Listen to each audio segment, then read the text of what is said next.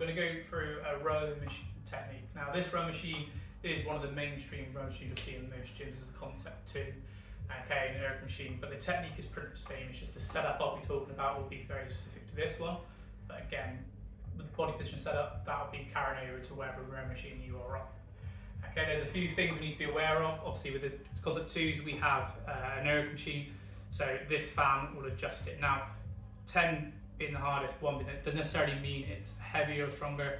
This is supposed to replicate your weight in the water, so if you want to find out a bit more about that and which number you should be on and what your drag factor is, which is really important, watch one of our other YouTube videos on that and that'll be there for you. Okay, obviously you've got your screen, make sure the screen's at a height you can see so you can actually see what distance you're doing or calories, whatever your measurements for. Okay, and obviously you got your handle in place through that. Alright, so first thing we're going to do is set up our feet straps. Okay, so with the Concept 2s we have some foot plates that move and they have different numbers. They go from 1 to 5. A general rule is to start with half your foot size. So if you're a size 6, look around 3, size 8 would be 4 to 3 again. Okay, it does depend a little bit on your preference, but you want your heels to sit comfortably at the bottom and the strap to sit across the mid foot. Okay, so that's what's going to secure you down. So I'm going to slip my feet in, so I'm going to slide them in and let them sit down in the back of the heel cups. Alright, so the heel cups come up with me. Now what I'm looking to do is tighten the straps, but I'm not looking to do them tight. I want a little bit of the movement, okay?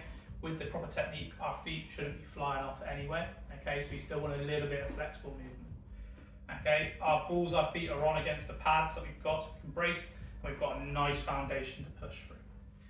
Alright, with the technique of rowing, it's all about the legs, okay? The arms are just a secondary thing, okay? So I'm going to show you that cable first. We're going to go in nice and tight, then we're going to go to our dry phase. So we're going to push the legs first, okay? And then that's when we'll put the ball in place, going through in that situation, okay? The legs, now we shouldn't be pushing so hard that we fly off and the straps keep us on. We want to keep control. So as you push through, you want to make sure we're going through in that position and we're not flying off.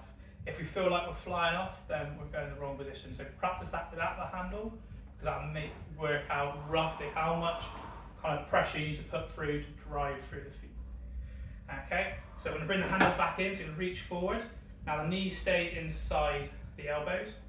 Okay, and we're going to go for our drive phase. So I'm going to drive with the feet, pull the handles. I'm going to lean back slightly and keep my core engaged. Okay, and then we're going to cover and bring your feet back in. So drive, handle, recover. Drive, handle, recover. Now I'm not going to pull too high up to my neck, just pull it into the bottom of my rib cage. Going through. And we should build up some nice, strong momentum. Long pulls are better than short pulls. Okay? And we driving through under control, keeping the engagement in our core.